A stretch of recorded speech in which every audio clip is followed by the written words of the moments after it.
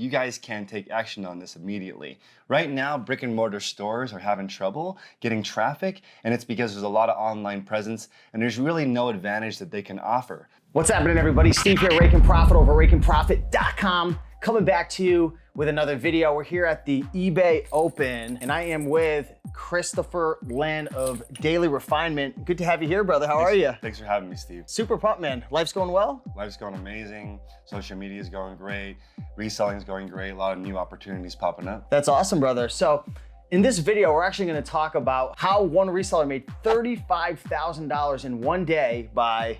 This is the most incredible story, and even better, you guys can take action on this immediately. Right now, brick and mortar stores are having trouble getting traffic, and it's because there's a lot of online presence and there's really no advantage that they can offer. So this gentleman I met created a trade-in program at a local camera shop. He said, let's do some advertising. I will buy all the trade-ins for used cameras. We'll set a list of what we'll pay for all these different cameras and gear, and then your crew already know how to test cameras.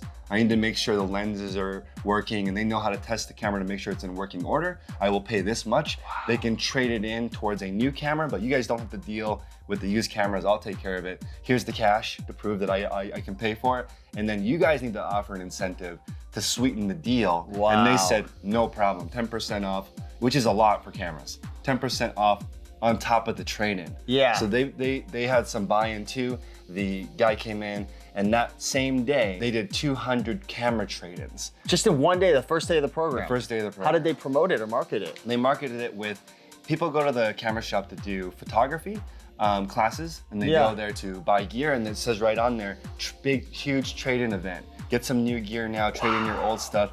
Flipping cameras is challenging. You have to know what you're doing. There's a lot of fraud in this category. So he knows what he's doing, and people are afraid to flip their camera. If you have a $1,500 camera and you sell it online, it's scary. I feel like there's so many things that could be wrong. So many things. I mean, we got Zach behind the camera. He's doing the whole camera. The equipment that he has here is just unbelievable. And having the knowledge to test if it's trade-inable is so different. People try to do this with cell phones, but you don't know until you open the cell phone what's wrong with it. And with the camera, you can do a few tests, a checklist of make sure the shutter works, etc. And then they can trade in 200 cameras in one day. Imagine that's like a whole year of profit for people in one day. And then the camera shops, right now he's trying to make the arrangement. So the camera shops, because he wants to expand this, they do it once a quarter.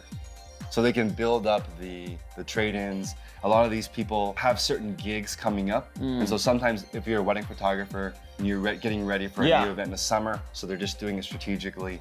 And you can't do it every single weekend, that wouldn't work. Okay, cool, so that's interesting. So he created a list of the cameras that he was willing to buy. So he probably went through most of all the popular models. And did you get any details in terms of like how he reverse engineered everything in terms of what he was offering for the trade-in, considering what he was gonna be selling it for on eBay or whatever platform he was utilizing? So he's looking for a 30% return. Okay. So, and that is, I mean, small margins. This is before fees.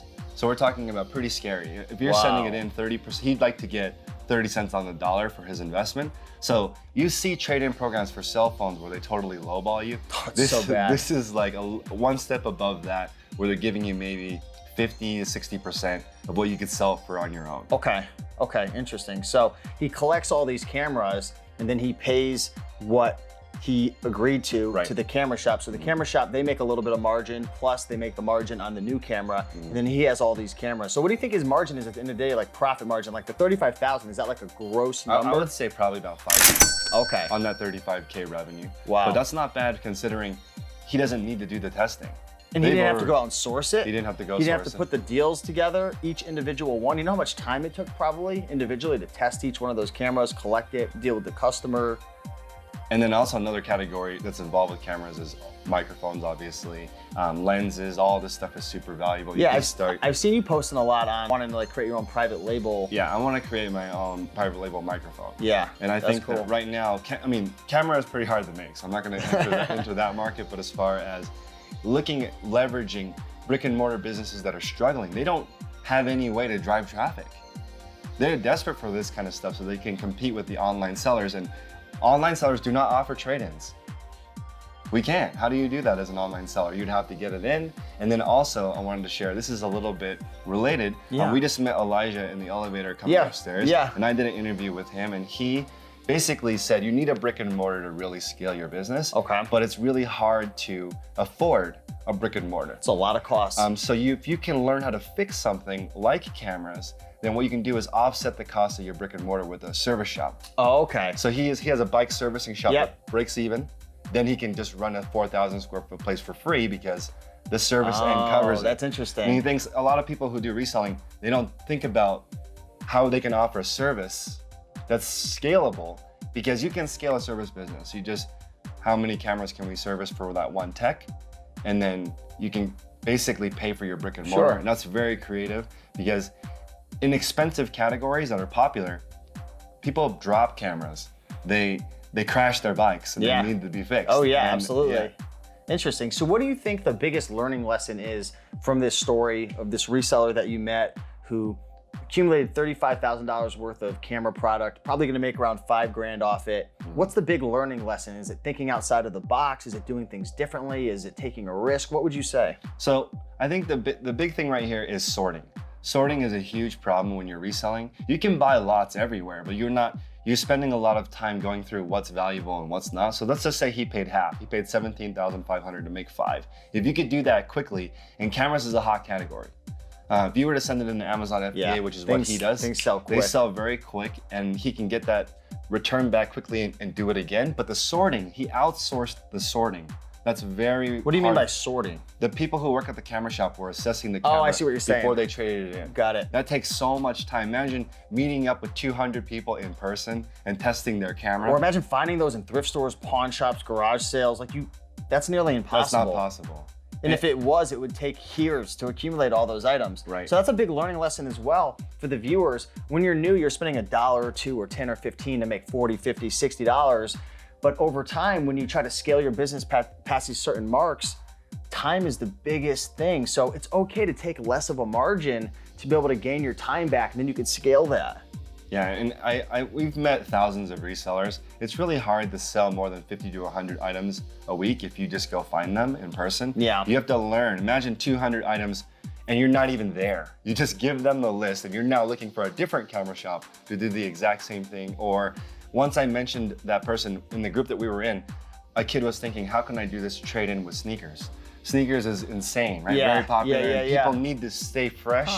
And there are certain early adopters that they're not really worried about money. They need the space. They want to stay right on they want to be the first person to wear the shoe. They're the people dumping their previous Jordans for 40, 50% of the value that they've worn twice. That's the customer that you want. And so another takeaway was the people who are trading in the cameras are professionals.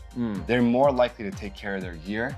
This stuff is the primo stuff that a professional that's making good money is not worried about saving a few $100s. And at the end of the day, a lot of times people say, well, why don't they sell it on eBay? They're not resellers. They're photographers, they're videographers. They're not in the business of doing that. The same thing with I've been getting into liquidation and pallets lately, and people say, well, why would the liquidation company not just take the Amazon returns and put it on Amazon? That's not their business. No. So there's a lot of middlemen in this reselling business. And as you progress, always people move towards the quick nickel, always. The higher you move up, the faster people want to churn their money, because the more credibility you have and the longer you've been doing business, capital becomes limitless. Capital is no longer an issue once you're a huge company. The bank will give you a blank check. So you're just thinking, I don't want the risk of holding the inventory. I'm gonna get it in and out. And the liquidators need you to leave some meat on the bone so you can reorder. They don't want to do any marketing. And that was another tip that I got there's a lot of auction buyers here at eBay Open, and they're not in the sessions. They're playing blackjack. They're having dinner. They're at the steakhouses. They already know how to list an item. They're not there for that. They're here to have fun, release some steam, meet some other big sellers. Build some relationships. And they were saying this is a really crazy tip. People buy a lot of 10 things, go home, they sell the home run. They do not do that. They go home, they rate things A, B, C, D, E. What they do is they take the home runs and they bundle it with the D and E items that are hard to sell. Launch those. B and C items are just base hits. That came up in multiple conversations. You build a business off base hits. You don't need home runs.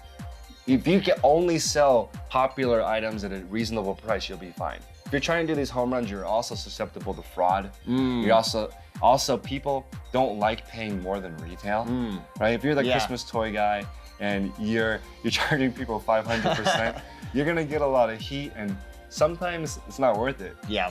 It's better to just sell the popular product at $1 less than retail. Yeah. That's cool, man. Well, hopefully you guys enjoyed this video. If you did, like, comment, subscribe. You could also check out Chris on YouTube, Instagram. Where can they find you? Everything is Daily Refinement online. Awesome. So we're also going to be posting a pretty cool video sharing some new things that I've been doing in my reselling business as well. So be sure right now, after this video, go down to the description, or I'll leave something on the screen right here. Subscribe to this guy. And yeah, with that being said, keep on making that money, and we'll see you in the next one. Peace. Thanks, guys.